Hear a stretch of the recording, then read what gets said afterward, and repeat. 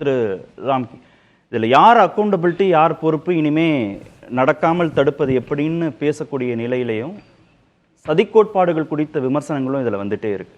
சொல்லப்போனால் அரசியல் தலைவர்களுக்கே இந்த சதி கோட்பாடுகள் மீது அதீத நம்பிக்கை இருப்பதை அவங்க வார்த்தைகள் மூலம் வெளிப்படுத்துகிறாங்க. அந்த புள்ளியில் நின்று இதை அணுக வேண்டிய தேவை இருக்கா இந்த நேரத்தில்?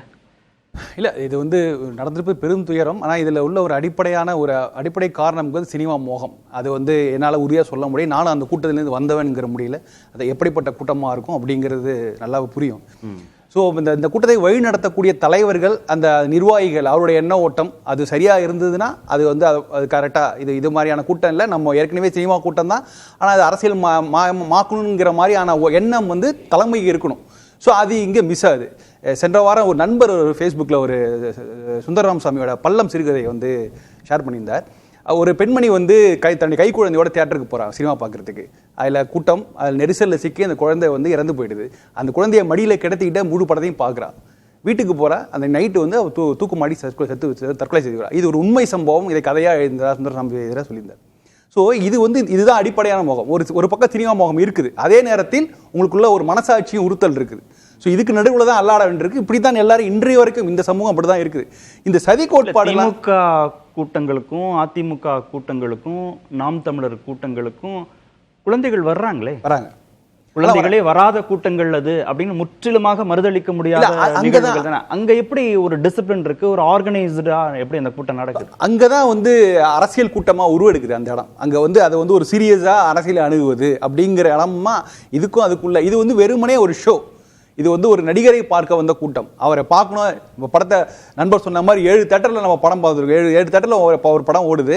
அவரே இன்னைக்கு நம்ம ஊருக்கு வராரு, அவரை ஏன் நம்ம பார்க்க கூடாது அப்படின்னு வந்த கூட்டம் தான் ஆக்சுவலா. ஸோ அதுதான் அந்த இடத்துல போய் நீங்க அங்கே போய் அந்த கூட்ட நடுவில் அரசியல் பேசும்போது அந்த கூட்டம் ஒன்றும் தயாராகவே இல்லை. அதனாலதான் அவங்க 6 மணி நேரம் வெயிட் பண்றாங்க. வேற யாராவது இருந்தால் 6 மணி நேரம் வெயிட் பண்ணவே மாட்டாங்க. வேற ஏதாவது அரசியல் தலைவர் வராருன்னா சரி நான் வீட்டுக்கு போய் வேலையெல்லாம் முடிச்சு சாயந்தரம் வரேன்னு சொல்லிட்டு போவாங்க. ஸோ இங்கே நிறைய இருக்கு. இதுல ஒரு பொலிட்டிக்கல் அக்கௌண்டபிலிட்டி இல்லை. இதுதான் ஒரு மிகப்பெரிய விஷயம். அந்த தலைமைக்கு, விஜய் அந்த ஒரு தலைமை நிர்வாகிகளுக்கு அந்த அக்கௌண்டபிலிட்டி இல்லை. அவங்க உடனடியாக அந்த இடத்தை விட்டு கிளம்புனதும் சரி, இல்லை நடுவழியில் திருச்சியிலே கோயம்புத்தூர்லேயே தங்கியிருந்து ஒரு வீடியோவாவது ரிலீஸ் பண்ணி நான் நடந்ததை கேள்விப்பட்டேன் சொல்லி ஏதாவது ஒரு டேமேஜ் கண்ட்ரோல் பண்ணியிருக்கலாம். அதெல்லாம் அவங்க செய்யவே இல்லை. நீங்க சொன்ன மாதிரி 24 மணி நேரம் ஆகிவிட்டது. இன்னும் அது சம்பந்தமான எந்த பொறுப்பு எடுக்கவில்லை. நேற்று இரவு விஜய் தரப்பு வழக்கறிஞர் செய்தியாளர்களை சந்திக்கிறார். இன்று திரு நிர்மல்குமார் தரப்புல நீதிமன்றம் சிபிஐக்கு மாற்றணும், அங்க அசம்பாவிதங்கள் நடந்தது தொடர்பாக விசாரிக்கணும்னு நாளை 2:15 மணிக்கு விசாரணைக்கும் வர இருக்கு. இந்த நடவடிக்கைகளை மேற்கொள்பவர்களுக்கு உயிரிழந்த குடும்பங்களுக்கு ஆறுதல் சொல்வதோ, சிகிச்சைக்காக அனுமதிக்கப்பட்டவர்கள் குடும்பங்களை சந்திச்சு ஆறுதல் சொல்வதில் என்ன சிக்கல் இருக்க போதும்? இல்லை, அதான் ஒரு விஜய் என்பவர் அவர் ஃபெயில்ட் அஸ் எ லீடர். அது மட்டும் இல்லாமல் அந்த பார்ட்டியும் ஒரு அரசியல் கட்சியாக அவங்களும் தோற்று போய்விட்டார்கள். நீங்க ஒரு அரசியலா ஒரு அமைப்பாக இருந்தால் அவங்க களத்தில் போய் சந்திக்க முடியும். அவங்க ஒரு உண்ணா அதுக்கான அந்த இடத்துக்கு நோக்கி நகரவே இல்லை. ஒரு அரசியல் அமைப்பாகவே உருவாகல. அரசியல் கூட சொல்றேன், ஒரு அமைப்பாகவே உருவாகல. ஒரு ரசிகர் மன்றமாகவே ஒன்றும் முழுமை அடையல அவங்க. ஸோ அப்படி இருக்கும்போது அவங்கள நேரடியாக மக்களை சந்திப்பதில் தயக்கம் இருக்கிறது. நீங்க ஒன்றும் இல்லை, நீங்க தான் சொன்ன ஒரு சிம்பிளா இன்னைக்கு இருக்கிற சோசியல் மீடியா இதை பொறுத்து ஒரு வீடியோ போட்டு நடந்தது வருத்தப்படுறேன்னு சொல்லி அவர் வாயால வந்திருந்ததை மக்கள் விரும்புவாங்க. நீங்க வெறும் ஸ்டேட்மெண்ட் விட்டா யார் விட்டாங்கன்னு கூட தெரியாது. அந்த ஸ்டேட்மெண்ட் எப்போ எந்த இடத்துல அவர் பயணம் செய்து கொண்ட நேரத்தில் தான் அந்த ஸ்டேட்மெண்ட் வெளியானது. ஸோ அதனால அவருக்கு எந்த விதமான அவருடைய பங்களிப்பு, நேரடியான பங்களிப்பு இருக்குன்னு நம்ம சொல்லவும் முடியாது. ஸோ இந்த சிக்கலோட தான் நம்ம பார்க்க வேண்டியது. இது சதி கோட்பாடுலாம் நிறைய இருந்தாலும் இதுக்கான ஒரு முடிவுக்கு வரதுக்கு தமிழக அரசே கொஞ்சம் தயக்கிறதுனால தான் அவங்க உடனடியாக நீதி அரசு சம்பந்தம்ல ஒரு குழுவை உடனே அனௌன்ஸ் பண்றாங்க. ஏன்னா இதுல நிறைய சிக்கல் இருக்குது. ஏன்னா இது ஒரு பெரிய அரசியல்.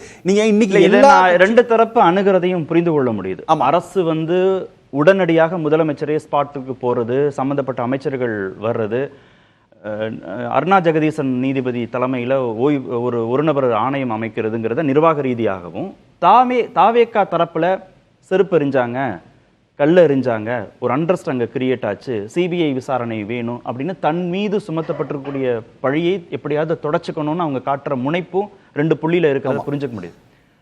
திரு எடப்பாடி பழனிசாமி போன்ற தலைவர்கள் திரு விஜய் பேசிட்டே இருக்கிற போதே ஆம்புலன்ஸ் எல்லாம் வருது அப்படின்னு ஒரு சந்தேகத்தை கிளப்புவது இருக்குல்ல, ஏதோ ஒரு அங்க அதெல்லாம் நம்ம கூர்ந்து கவனிக்கணும், அதெல்லாம் கடந்து போக முடியாதுன்னு பேசுற துணி இருக்கு இல்லையா, அது எதனால் அது மாதிரி? இல்ல, அவர் சொன்னது அவர் முதல் முறையாக சொல்லல. அதுக்கு முன்னாடியே 2019 அவருடைய ஆட்சியிலே கமலஹாசன் அவர்களும் சொல்லியிருந்தாங்க. திடீர்னு என் கூட்டத்தில் ஆம்புலன்ஸ் வருதுன்னு கமலஹாசன் சொல்லியிருந்தாங்க. இப்ப இன்னைக்கு எடப்பாடி அவர்கள் கூட்டத்தில் அடிக்கடி வந்தது. இன்னைக்கு இந்த 2 ஆம்புலன்ஸ் வந்ததை இன்னும் சந்தேகத்தோட பாக்குறாங்க. ஏன் அந்த நேரத்தில் அவ்வளவு கூட்டம் திரண்டு இருக்கும்போது அந்த கூட்டத்துக்கு நடுவில் கண்டிப்பாக போக முடியாது அப்படிங்கிற சூழல்ல அது ஏன் அங்க வந்ததுங்கிற ஒரு கேள்வி இருக்கு. அதே மயக்கமுற்றவர்கள் அழைப்பு ஏற்று வந்ததாக அரசு விளக்கம் கொடுக்கறாங்க. அதான் அதுக்கு வாய்ப்பு நிறையவே இருக்குது. ஆனா இது என்னன்னா, இது நடந்தது வந்து நீங்க எவ்வளவு ட்ரோன் கேமரா போட்டாலும் நீங்க உங்களால வந்து இந்த அளவுக்கு ஒரு பகுதியில் நடந்த எந்த விஷயத்தையும் உங்களுக்கு தெளிவா பண்ண முடியாத சூழல் தான் இருந்துட்டு இருக்கும்போது இதுக்கு யார் பொறுப்பு எடுக்க ஒரு சிக்கல் வருது இல்ல. அந்த நேரத்தில் தான் இதை இப்போதைக்கு வந்து தற்காலிகமாக தள்ளி வைக்கணுங்கிறதுக்காக தான் ஒரு விசாரணை குழுங்கிறது அனௌன்ஸ் பண்ண வந்ததான் நான் பாக்குறேன். ஸோ இதெல்லாம் ஒரு எல்லா கட்சி தலைவரும் இன்னைக்கு கரூர் நோக்கி போறாங்க. ஆனா இதுல ஒண்ணுன்னா, இதுல ஒரு பெரிய பிரிவிலேஜ் விஜய் கிடைக்குது. விஜய் யாரும் நேரடியாக விமர்சிக்கவே இல்லை. சில பேர் அரசியலாக்க விரும்பவில்லைன்னு சொல்றாங்க, சபையில் விஜய் கார்னர் பண்ணாதீங்கன்னு சொல்றாங்க. இந்த சூழல் ஏன் வந்ததுன்னு பார்க்கணும். அப்ப வந்து இதுக்கு எல்லாமே தேர்தல் காலம். இது விஜயினாலேயோ தனக்கு ஒரு ஆதாயம் கிடைக்குங்கிற ஒரு சில கட்சிகள் நினைக்கின்றன. அதனாலதான் இன்னைக்கு தேர்தல் காலங்கிறனா இதே இந்த இன்சிடென்ட் வேறு காலம் நடந்திருந்தால் வேறு விதமாக அணுகப்பட்டிருக்குன்னு நான் நினைக்கிறேன். ஓகே.